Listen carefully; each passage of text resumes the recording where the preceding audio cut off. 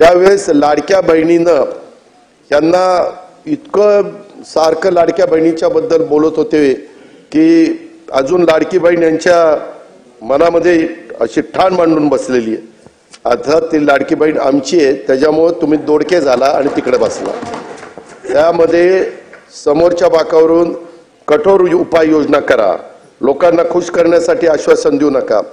अध्यक्ष महोदय, आम्ही बघितलं ते गांडूळ असतं ना, गांडूळ ते इकडनं चालतं का तिकडनं चालतं कळतच नाही, ते दोन्ही बाजूनी चालतं असं सगळ्यांना वाटत असतं. तसं काही जण सन्माननीय सदस्य दोन्ही बाजूनी बोलतात. अध्यक्ष महोदय, लाडक्या बहिणींच्या विषयी आम्हाला जी आपुलकी आहे, आदर आहे, याची आम्हाला जशी जाणीव आहे तशी आमच्या लाडक्या बहिणींना पण जाणीव आहे. अध्यक्ष महोदय, काहींनी एका गोष्टीची समज झालं पाहिजे, विशेषतः आमचे पटोले साहेब यांनी, आईनंतर जर सर्वात कोणी त्याग करत असेल तर ती बहीण असते. हे तर खरं.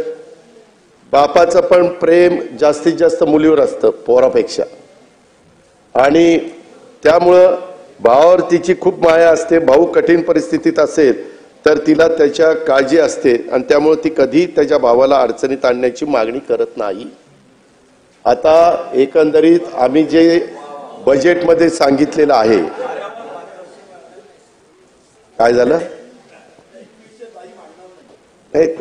5 वर्ष वडेट्टीवार साहेब, जाहीरनामा किती पुढच्या 5 वर्षाचा असतो ना, 5 वर्षाच्या करता आम्हाला 5 वर्षाकरता निवडून दिले. आम्ही हे देणार आहे. आम्ही कधीच कोणी नाही म्हणलं नाही, मुख्यमंत्री नाही म्हणले नाही, एकनाथ नाही म्हणले नाही, आदिती नाही म्हणले नाही. तुम्ही तर कोर्टात गेला होता, काहीतरी म्हणले ते बंद करा. काही जण म्हणले चुनावी जुमला आहे. अहो, चुनावी जुमला असताना काल होळीला 3000 रुपये दिले, ही गोष्ट लक्षात ठेवा. आणि मी सभागृहाला एक गोष्ट सांगू इच्छितो की एकंदरीत ही योजना आणत असताना अध्यक्ष महोदय 2 GR आहेत. पहिला GR निघाला होता, नंतर आम्ही ते 60चं 65 केलं आणि दुसरा GR काढला. त्या संदर्भामध्ये हे सरकार गरीब घटकाच्या करताय. अध्यक्ष महोदय, जी खुरपणीला जाणारी माझी महिला आहे, जी झाडू पोतना करणारी आहे, जी धुणं भांडी करणारी आहे, जी झोपडपट्टीमध्ये राहणारी आहे, जी दिवसभर काही भाजीपाला विकत घेऊन विकते आणि नंतर तिचं कुटुंब चालतं किंवा चूल पेटते, अशांच्या करता ही योजना आहे. त्या संदर्भामध्ये आमच्या घाई गडबडीत काही भगिनी ज्यांची आर्थिक परिस्थिती चांगली आहे अशा काही लिस्टमध्ये आल्यात. आम्ही त्यांना विनंती केलेली, मागे पंतप्रधानांनी पण ज्यांची परिस्थिती चांगली आहे त्यांनी उजाला गॅसचा फायदा घेऊ नये अशा पद्धतीने केलं. लाखो लोकांनी गॅस म्हणजे त्याचा फायदा घेतला नाही. अध्यक्ष महोदय, त्या प्रकारे कधी काही ठिकाणी थोडंसं झालेलं आहे. त्यामध्ये दिलेले पैसे कुणालाही परत घ्यायचे नाहीत. आम्ही कुठल्याही महिलेचे पैसे, भगिनीचे पैसे परत घेणार नाही. ही योजना चालू ठेवणार आहे. या योजनेला जो निधी लागणार आहे तो त्या ठिकाणी देणार आहे. परंतु ही योजना गरीब घटकातल्या महिलांच्या करता आहे. हे पण मी या उत्तराच्या निमित्तानं सभागृहाच्या मार्फत सर्वांना त्या ठिकाणी सांगू इच्छितो. कधी योजना येते, परंतु त्याच्यामध्ये काही गोष्ट लक्षात आल्यानंतर काही आपण दुरुस्ती करतो. आम्ही दुरुस्त करणार आहे, त्याच्यामध्ये बंद करणार नाही. त्याच्यात कुठेही गरीब महिलांच्यावर अन्याय करणार नाही. ज्याला गरज आहे त्यांना 100% आम्ही देणारच. त्याबद्दल तसोबर पण आम्ही कमी त्या ठिकाणी पडणार नाही. आणि या योजनेच्या साठी पुरेसा निधी निश्चितपणे आम्ही देणार आहोत. हे विश्वास मी माझ्या महाराष्ट्रातल्या तमाम बहिणींना या निमित्तानं देऊ इच्छितो. या योजनेचा वेगळा अर्थ जर आपण करायचं म्हटलं तर एक गोष्ट अध्यक्ष महोदय, काही योजना पुढे आल्यानंतर आम्हाला आठवतंय ही योजना ज्यावेळेस आम्ही दिली त्यावेळेस काही महिलांनी 1500 रुपयाचे ते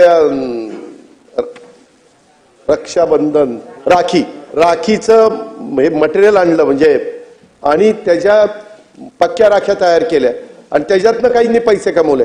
त्या महिला आपण देवेंद्रजी जायचो त्यावेळेस भेटायच्या की आम्हाला 1500चे मला 20,000 रुपये झाले, माझे 18,000 रुपये झाले. त्या पद्धतीनं अर्थमंत्री म्हणून मी अरे थांबा ना जरा, ऐका ना. झाला ताई, तेच सांगतोय त्यांना. अर्थमंत्री म्हणून मी जेव्हा या योजनेकडे बघतो, यामधून राज्याच्या अर्थव्यवस्थेला भविष्यात काय मिळणार आहे याचा पण विचार मुख्यमंत्री आणि आम्ही सगळेजण करतोय. त्याच्यामध्ये 1500 रुपये थेट रोख रक्कम भगिनीला मिळते. महिला सक्षमीकरणाचं एक मोठं पाऊल आहे. परवाच विधान परिषदेमधले आमचे गटनेते प्रवीण दरेकरांनी एक घोषणा केली. लाडकी बहीण योजनेचं अकाउंट उघडणाऱ्या बहिणींना मुंबई बँक 10 ते 25 हजार रुपयाचं कर्ज देणार आहे आणि त्याला 1,500चा हप्ता, आपला जो हप्ता आधी ती त्यांना जाणार आहे तो त्यांनी त्या बँकेत भरायचा आणि त्यांना त्यांच्याप्रमाणे कुणाला 10,000 कुणाला 25,000. आणि राज्यात महिला आर्थिक विकास महामंडळासारखी संस्था आहे जिला सहकारी बँका आणि हे त्याच्यामध्ये आहेत.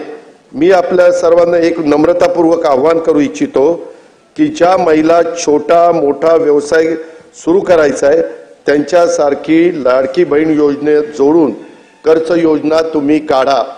म्हणजे ही योजना केवळ मदतीची राहणार नाही, त्यामधून महिलांचं सक्षमीकरण करण्याच्या बाबतीत आणखी एक पाऊल त्या ठिकाणी पुढे टाकलं जाईल. आणि माझ्या माहितीप्रमाणे नागपूरला, विदर्भात तशा पद्धतीनं नागपूरलाच केलं गेलेलं आहे.